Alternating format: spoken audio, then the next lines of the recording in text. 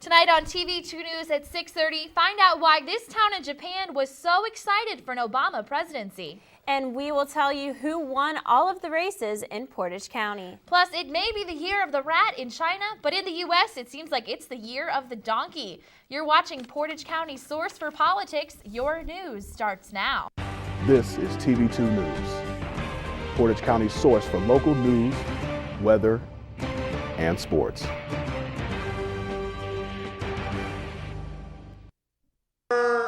Is anyone out there who still doubts that America is a place where all things are possible? Who still wonders if the dream of our founders is alive in our time? Who still questions the power of our democracy? Tonight is your answer. Not only did Ohio vote for change, but so did the rest of the country. Good evening, everyone. I'm Amanda Kelly. And I'm Brittany Lynch. Barack Obama's victory in Ohio last night helped him become the next president of the United States. 349 to 163, that's the unofficial electoral vote count, which will put the first African American into the White House. Barack won the support of African Americans, women, and youth voters. He also won states like Virginia and Indiana, which haven't voted for a Democratic president since the 1960s. McCain won 45% of the votes, and in his speech, President-elect Obama addressed that large group of Republican voters. A convincing and historic win for Barack Obama. Because of what we did on this day, in this election, at this defining moment, change has come to America. Across the country, cheers and tears heralded the triumph of a man who will become the nation's first African-American president. His message of change and unity resonated across party lines. Republican red states like Virginia, Ohio, and Florida turned blue, helping him defeat rival John McCain. Ending a long and divisive campaign, the senator from Arizona graciously conceded. I urge all Americans who supported me to join me in not just congratulating him, but offering our next president our goodwill and earnest effort to find ways to come together. Democrats also came close to achieving their goal of a filibuster-proof majority in the Senate. 11 races for governor were also decided Tuesday. 8 incumbents kept their seats, with Democrats holding on to their state house majority. But it was the scope of Obama's victory that was most impressive. If there is anyone out there who still doubts that America is a place where all things are possible, tonight is your answer. Well, last night was the end of a long and costly presidential election, but Obama acknowledges that the real work still lies ahead. Senator Obama will be sworn in as the 44th president of the U.S. on January 20th, 2009. Well, TV2's Jeff Johnson was in Chicago last night to hear Barack Obama deliver his acceptance speech. We have Jeff in the studio with us right now. Hey, Jeff. Hey, Brittany. Thanks for joining us. What was it like being in Chicago for the speech? It was an amazing experience. I mean, there were hundreds of thousands of people in downtown Chicago just to hear his speech, and they had Jumbotron set up all over the place because everybody couldn't fit in there, but it was an amazing atmosphere. People were cheering. It was ridiculous. So what were some of the things that he talked about?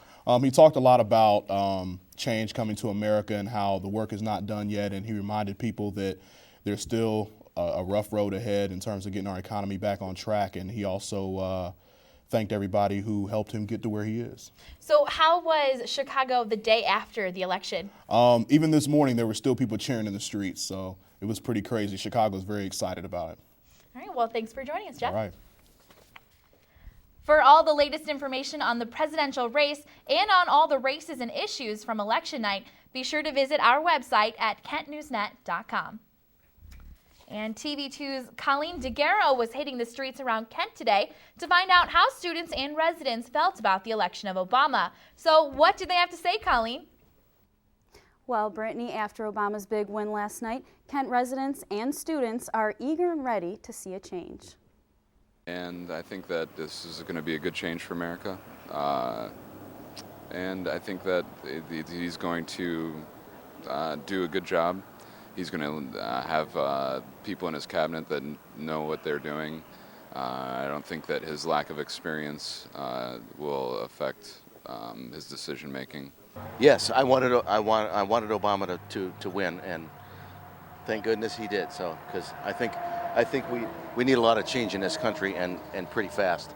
And I'm very impressed with Barack Obama and his speaking ability. His acceptance speech was great and gave me goosebumps. Although many support Obama, Kent State student Garrett Ramey isn't convinced Obama will bring change. He has a lot of policies and things I don't necessarily like, but I certainly like him more than McCain. More than Sarah Palin, to be perfectly honest. But beyond that, I think that it's hopefully a start. Overall, the people of Kent seem very optimistic for the new president. Now back over to Brittany and Amanda. Thanks, Colleen. John McCain has endured many close calls and stunning comebacks in his life, from his time spent in North Vietnam to his time in the U.S. Senate. However, he could not make a comeback this time to become the president. McCain was gracious in defeat and called for his supporters to back the new president-elect. I urge all Americans who supported me to join me in not just congratulating him, but offering our next president our goodwill and earnest effort to find ways to come together, to find the necessary compromises, to bridge our differences, and help restore our prosperity, defend our security in a dangerous world, and leave our children and grandchildren a stronger, better country than we inherited. Whatever our differences, we are fellow Americans. With the election of Barack Obama as the next president, it marks the end of a Republican era in the White House. Current President George W. Bush made a statement this morning from the White House congratulating Obama on remarking on the historic nature of the election.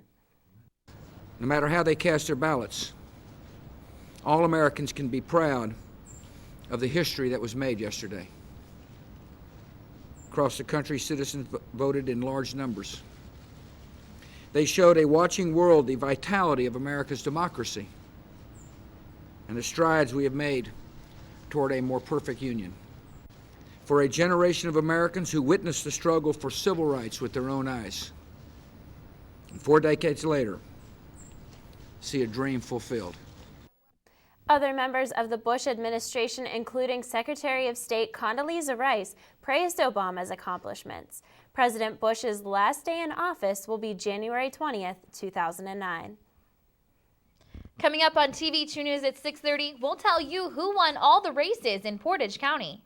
And find out why this town in Japan is so excited for an Obama victory. But first, Shannon's here with a look at your weather. Shannon?